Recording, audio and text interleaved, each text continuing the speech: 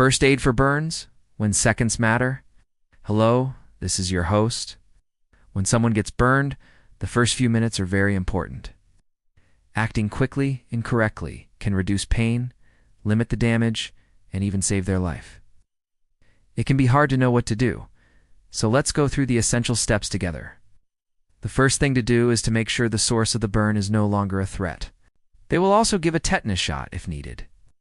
In all burn cases, the most important steps are to cool the burn early, keep the area clean, avoid harmful creams and wrong advice, and reach proper medical care as soon as possible. If the fire is still active, stop it immediately and move the person away from the flames, heat, or chemical source. So the key is to act fast, stay calm, avoid harmful mistakes, and support the person until expert help is available. That's how you protect life, reduce suffering, and give the person the best chance to heal safely.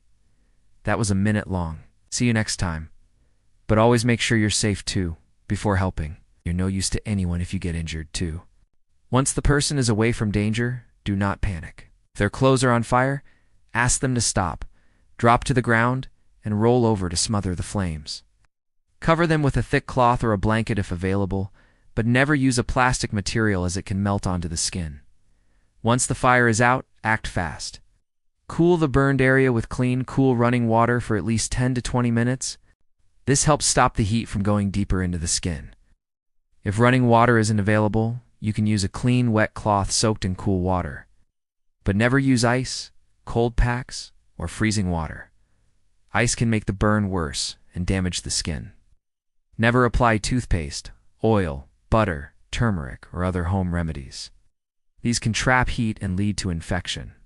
If the burned area is small and not very deep, you can gently remove loose clothing or jewelry around the area, but only if they're not stuck to the skin. Do not try to peel off burned clothes that are attached to the wound. Just leave them and cover the area loosely with a clean, dry cloth or a sterile bandage if available. This helps prevent infection and keeps the area protected. For large, deep, or blistered burns, do not try to treat everything at home. These burns need hospital care. While taking the person to the hospital, keep them lying comfortably. If the burn covers a large part of the body, especially the face, hands, feet, genitals, or joints, or if the skin looks charred, white, or leathery, it is considered serious. Also, burns from electric shocks or chemicals should be treated as emergencies. While transporting the victim, make sure they are covered with a clean sheet to prevent heat loss. Even if it's hot outside, a burn victim can lose body heat quickly. Do not give them water or food if they are feeling faint or vomiting. However, if they are fully conscious and it's a long way to the hospital, giving small sips of clean water may help with dehydration. If they become unconscious, lay them on their side and keep their airway open. Inhaling smoke can also be very dangerous. If the person was in a closed space or near smoke, check if they are coughing, breathing fast, or struggling to talk. These are signs of smoke inhalation, and they need oxygen and urgent hospital care. At the hospital, doctors will assess the depth and size of the burn and may provide fluids, pain control, cleaning, dressing, and even surgery if required. Burns can look simple at first, but the damage underneath can be much worse. And once infection starts, recovery becomes much harder.